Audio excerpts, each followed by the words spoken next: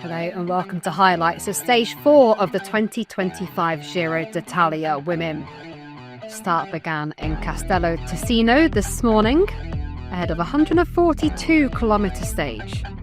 Marianne Vos was here, Anna Henderson in that pink leader's jersey still, as our jersey wearers were at the front of the peloton as the neutralised start was given.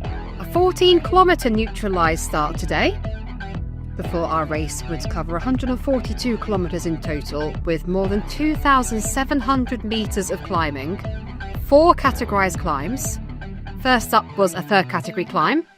We then had our intermediate sprint, followed by 2 fourth category climbs, and then a finish atop the first category climb up to TNT, 11.4 kilometres.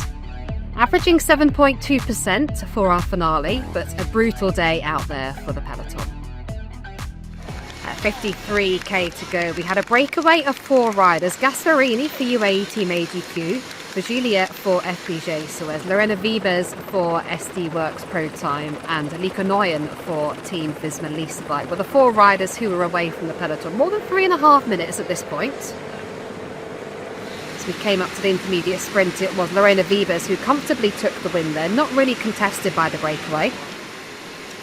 We then began the second of our 4 categorised climbs of the day, and this was a tough one. Highs of 19% for the breakaway and the peloton. The gap did come tumbling down to the breakaway, and we could see signs that perhaps our pink jersey wearer Anna Henderson might be suffering out there today. Our breakaway continued to work well together, headed into the final 30 kilometres of the stage. The pace was then being ramped up by the Movistar team, newly crowned Spanish national champion Serra Martin on the front. Alessia Virgilia of FDJ Suez was not content staying in the breakaway and attacked on the penultimate climb of the day. Went clear herself over the line for the Queen of the Mountains points. As we approach the final climb of the day, 11.4 kilometres to be raced, and the pace was being ramped up by the peloton.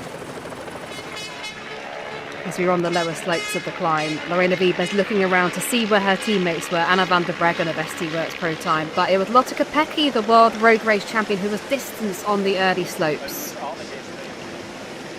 As Alessia Virgilia was caught, it was Liana Lippert of the Movistar team setting a blistering pace on the front of a very select lead group very early on into this climb, just a kilometre in, and we saw Anna Henderson losing contact, as well as Monica Trinker-Colonel, the rider for Liv Alula-Jaka, who was in 5th place overall coming into today. Lippert's work was done, Maren Reusser took over, and it was a very small select group.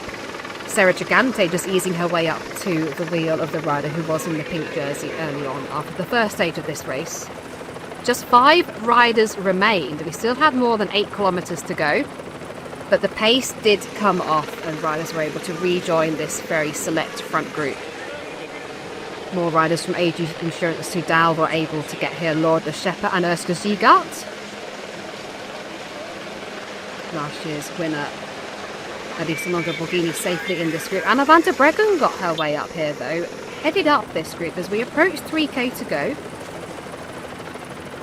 And then Maren Reusser took over, distancing previous winner Anna van der Breggen, as once again a very, very select group formed at the front of the race. Anna van der Breggen was distanced, not able to hold the pace of Maren Reusser.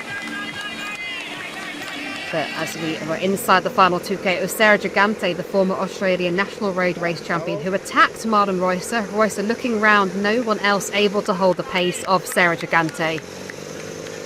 And the young climber distancing Elisa Longo-Borghini and Maren Reusser as she was powering away with 1.5 kilometres to go until the top of the climb.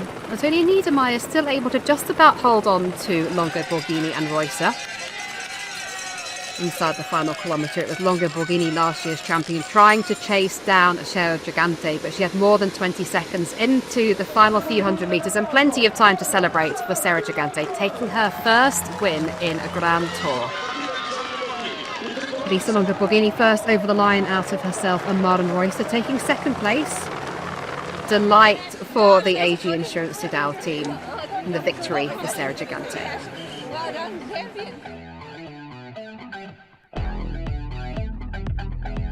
After a tough time with illness and injury, Sarah Gigante is back, winning the stage by 25 seconds from Elisa Longo Borghini. Maren Reusser at the same time in third, 9 seconds back to Antonia Niedermayer in fourth.